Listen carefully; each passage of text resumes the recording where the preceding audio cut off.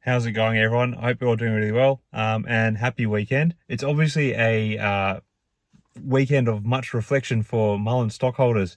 Um, with the adjournment of the special shareholder meeting with the vote regarding the reverse stock split to Monday, gives people a bit to think about over the weekend with regard to this company.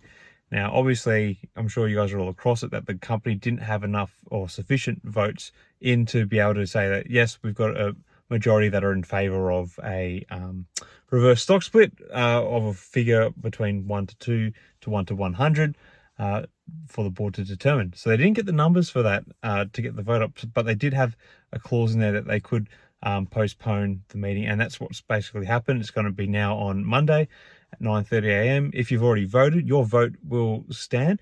They did say in their SEC filing that sorry, wasn't it? Maybe it was, no, actually, not in the SEC filing, I don't think, but in the actual announcement they put on their website, they said that there's actually the possibility of changing your vote if you contact your broker between now and when they have the votes finalised on Monday, which is interesting because, well, obviously they adjourned the meeting at 9:30, and then it's the weekend, Saturday, Sunday. I guess they're going to be working overtime to try and shore up the numbers to do this reverse stock split. So obviously they need to get the stock back to $1. I think basically by Wednesday it needs to stay above there for 20 consecutive business days to regain compliance by like late January. This reverse stock split kind of looks like the only thing that's going to get them there. But just looking at the comments I had in my last video and what I've been hearing so far, there's so many people in the retail scene who don't want this to happen. They want to see the company go over the counter or find some other solution. I get it. No one wants to go through another reverse stock split. We've just been obliterated several times this year now, and we don't want it to happen again. But at the same time, going over the counter is a scary place. I keep talking about this company, BBIG or Vinco Ventures. They were a $1 billion company. They went over the counter a few months ago. They're now an $85,000 company. I'll say that again, an $85,000 company. This is kind of what happens when you get to over the counter. Yes, you might not get your shares, will not get reverse split and like reduced in number, but when you go over the counter, the liquidity in the stock really disappears. It's very hard to actually make trades, and especially make trades that are profitable. Of course, if this does happen, if we can't go to the $1 mark and the NASDAQ does decide to remove the company from the exchange, there are other avenues for the company to get back either onto another exchange or relisted again. That would probably be something that's looked at, because the Vinco Ventures example I've talked about, they're a company that just like everything just kind of went to shits. Like they, their main asset was this automotive platform, which was a competitor to TikTok, and basically just stopped funding it, and the platform just stopped. So all these people had accounts. They actually got quite a few people on it. They'd signed up like I think hundreds of thousands of people. It was really targeted at the Indian market where TikTok was banned, but it just kind of didn't happen. And then they tried to buy some other asset. I think it was like the National Enquirer or something like that, and that fell through. And then they had an attempted hostile takeover of the board, and so the company was in absolute turmoil. And now they kind of they're an $85,000 company from one that once had a $1 billion valuation with almost that much in cash on their books at one stage. Just sort of shows what can happen in that when you get to the over-the-counter situation. MULN, on the other hand, if they get there, it's a bit different. They're obviously a company that's at the production point. They're producing vehicles, delivering vehicles. There are people who are making orders, or have been making orders. We haven't heard of any really new sufficient orders coming through, but maybe there's going to be some stuff announced in the New Year's. It's obviously the end of the financial year in the United States, so a lot of companies who might be considering looking at some EV solutions for their business might be trying to do some of that more so next year than the end of this year. So I'm not really expecting anything to come out from the company in terms of sales, but there could be some stuff in the pipeline early next year. We'll just have to wait and see. The reports, which you can't really find anymore because all the interviews with Cal from Financial Journey are gone, but his talks with people from Randy Marion sort of show that there was actually quite a bit of interest in some of the vehicles, which, while it was just talk, the possibility that that could come to fruition is something as well, I guess. Yeah, anyway, like so anyway, back to the point I'm trying to make is that, like, if the company doesn't, get through this NASDAQ period through to mid-January, there's a very strong chance that they could get delisted.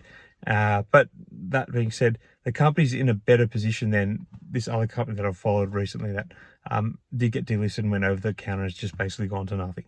So there would still be some sort of future for MULN Automotive. Whether or not that is good for the shareholders remains to be seen. It's kind of, we're dealing with an evil that we know and an evil that we don't know. We know the evil of a reverse stock split. We get obliterated. Our value of it, the number of shares we own dissipates, and there's usually a short feeding frenzy not long after, and the stock just plummets. And in my mind, this reverse split, if it does go ahead, needs to be a big one. The bottom line, it's got to be at least like 1 for 7 or 1 for 8. But that's probably not going to be enough for them to keep the stock price above $1. Though they really need to look to do like a big one, like a 20, 30, 40, 50 for 1, even 100 to 1. Like that would get them, that would blow out the liquidity, and their stock will stay above the $1 mark. So that's kind of the evil that we know, and obviously we don't really have the stomach for that. The evil we don't know is what would happen to MULN if we do go down the avenue of no reverse stock split and we do get removed from the NASDAQ.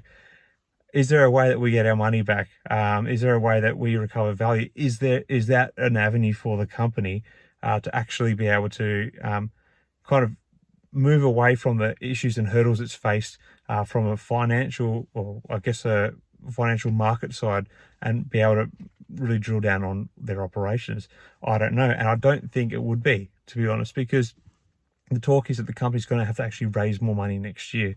To the tune of like about $100 million for some estimates, because that's what their cash burn has been like historically. And with their production, they have to secure materials, and they have to have sales and stuff as well to come through, and they're not really getting that. So there is potentially the need to raise money here.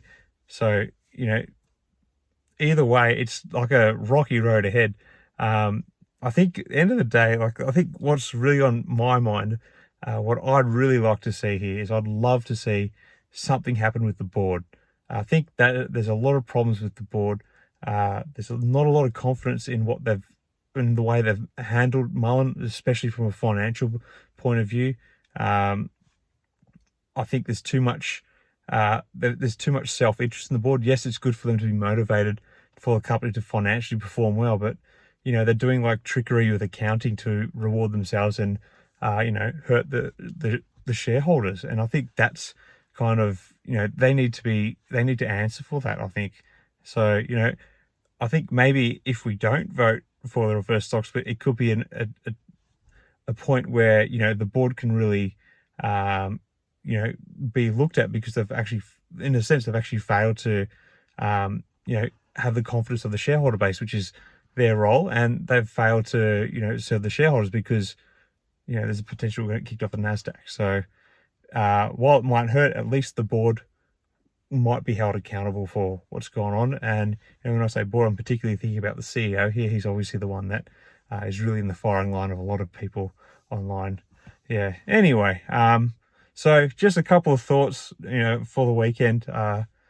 Yeah, I hope you guys all have a good weekend, and if you haven't voted, you can still go vote.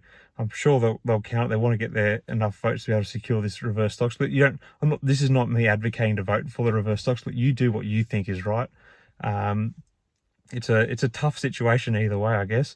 Anyway, I'd love to hear what you guys all think about what's going to happen. Now, do you reckon they're going to get any more votes in that will allow them to actually implement the reverse stock split, or do you think the MULN's going to be like in a real difficult position with the NASDAQ, and they're not be able to get that reverse stock split enacted? Yeah, any other thoughts on the company too, or if you just want to vent about David Mitry, do so in the comments below. I love hearing from you guys. It's like getting some overwhelming comments. I try to reply to everything. There's a bit of a time difference between when I'm posting and when you guys see it, being in another country. But yeah, I'm loving all the feedback and stuff. And yeah, I hope you guys have a great weekend. And You know, it'll be really exciting to see what happens on Mullen. If I come up across anything else to look at or talk about, I'll maybe pop back on to another video this weekend. But until next time, everyone, have a great weekend and may the markets trade in your favor. Cheers.